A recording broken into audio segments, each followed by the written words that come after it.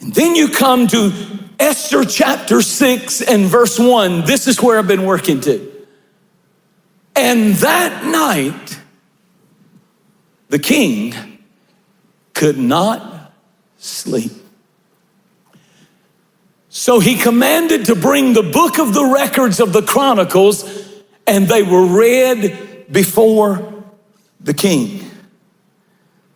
That night, the king could not sleep. Everything is bad. Everything is messed up and getting worse. Everything is hopeless. Everything is filled with anxiety and worry. They're facing a slaughter. She's scared to death. And the only thing that saved their life was that night, the king could not sleep. Now watch, y'all got to see this. Let me preach. Look up here at me. That reader just happened chance opens it and starts reading about Mordecai the Jew who saved his life. And the king says, wait a minute. What was done to reward that man? Has he ever come and tried to tell me this story? No, sir. He didn't want any credit? No, sir. Has he ever asked for a reward? No, sir. My goodness, he did it with no motive. I want to reward that man. What's happened to that man? Nothing, sir. Nothing was done to reward him. Nothing. Oh my goodness. Now he's got off the throne and he's walking around in his robe and Versace slippers and he's pacing the floor. How can I reward that man? How can I reward that man? How can I reward him? And he finally sits down. Now the sun's coming up and in walks Haman.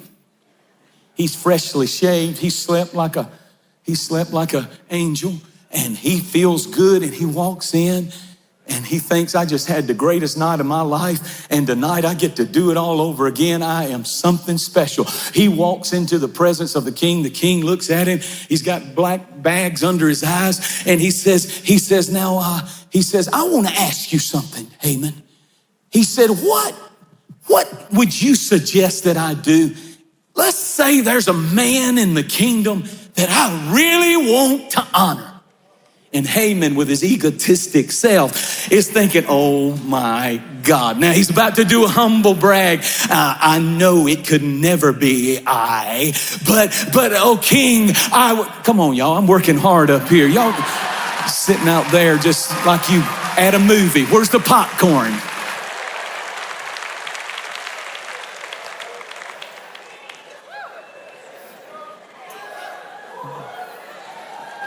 I'll preach to myself. This is how I preach. That's how I talk to myself when I read stuff. But he says, let's say there was somebody I wanted to bless, Haman. I mean, I really wanted to show honor and show the whole nation, this guy is a big deal to me. Sir, I would suggest humbly, I think you ought to take your robe off, and put it on him. I think you ought to take your stallion, the steed that you ride on yourself, and you ought to let him ride on it with that robe. I think you ought to take some pipsqueak, some minor, lesser person, and let them guide the bridle of that horse on a rope and walk through the streets, and as trumpets are blasting, tell all the people, the man in whom the king honors is before you. And instantly the king said, that's brilliant, I love it. So here's what I want you to do. I want you to do everything you just said, Haman, but do it to Mordecai the Jew. And he said, by the way, I think you're important enough that you should be the one who's leading the horse, screaming the man who the king wants to honor. This is the man on the horse. Well, I don't know who I'm preaching to, but stuff you're worrying about, you've forgotten who your God is. You've forgotten how powerful he is. You've forgotten that when he speaks seas open. When he speaks, mountains move. When he speaks, demons tremble. And no, the enemy's plot against your life will not be successful. God is fighting for you. Sit down, I'm almost done.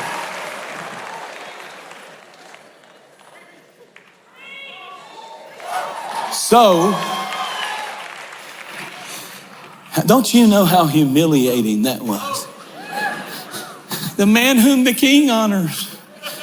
The man whom the king honors.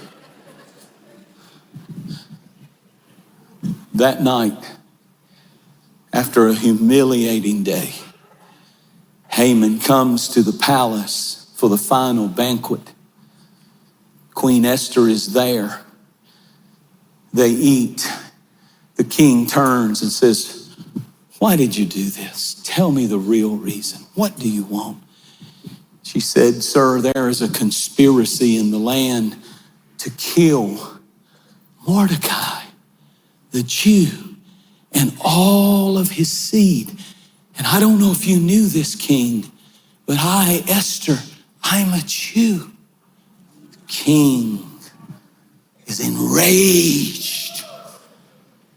Stands up because he didn't sleep all night. So he's you know how you are when you didn't sleep good.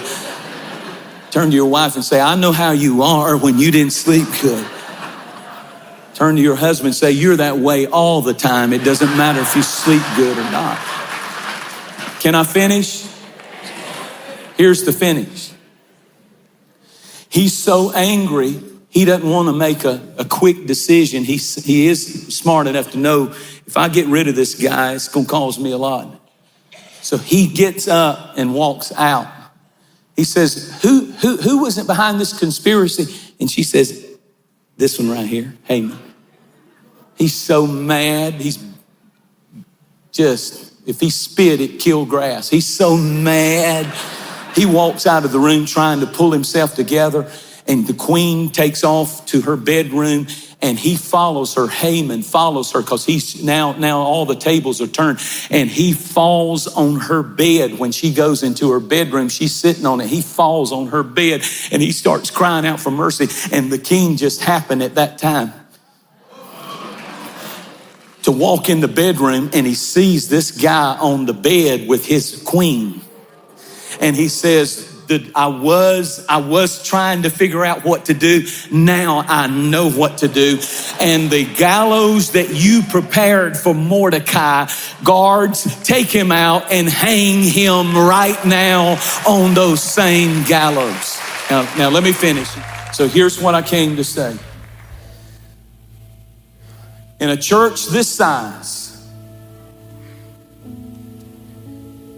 this 2,600-year-old story is not just a piece of history, but it's a reminder that you need to hear that you have a king who has intentional insomnia. He said, he didn't say I can't sleep. He said, "I will not sleep or slumber because I'm going to walk the floor. And while you sleep, I am up and I'm planning and I'm plotting your comeback. I'm planning how that the enemy has constructed things that I'm going to turn for your good. I'm going to use them against the very voices that have tried to destroy you." Your king is not asleep. He's active. He has a plan. He's for you. In a crowd this size, there's some family that's represented that had a heated argument. Unkind, cruel words were spoken, maybe even last night. And it looks like the enemy's gone wild in your family. There's somebody else here who's scared of a medical situation.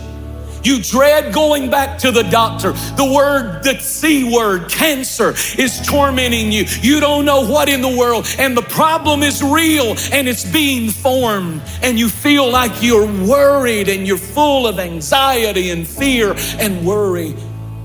In a crowd this size, there's some parents that are agonizing over a teenager that's making crazy decisions, and you never thought you get one kid fixed and then another one acts up. How do you know? Because I raised 5 of them.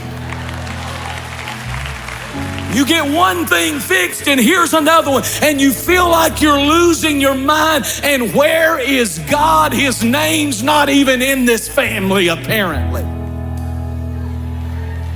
But he sent me to tell you that the one thing that turned the battle for Esther, the one thing that turned the battle for Mordecai, is that the king had intentional insomnia. How many of you are worrying about something? And there's only 2 reasons why people have insomnia. Something internal or external is bothering them.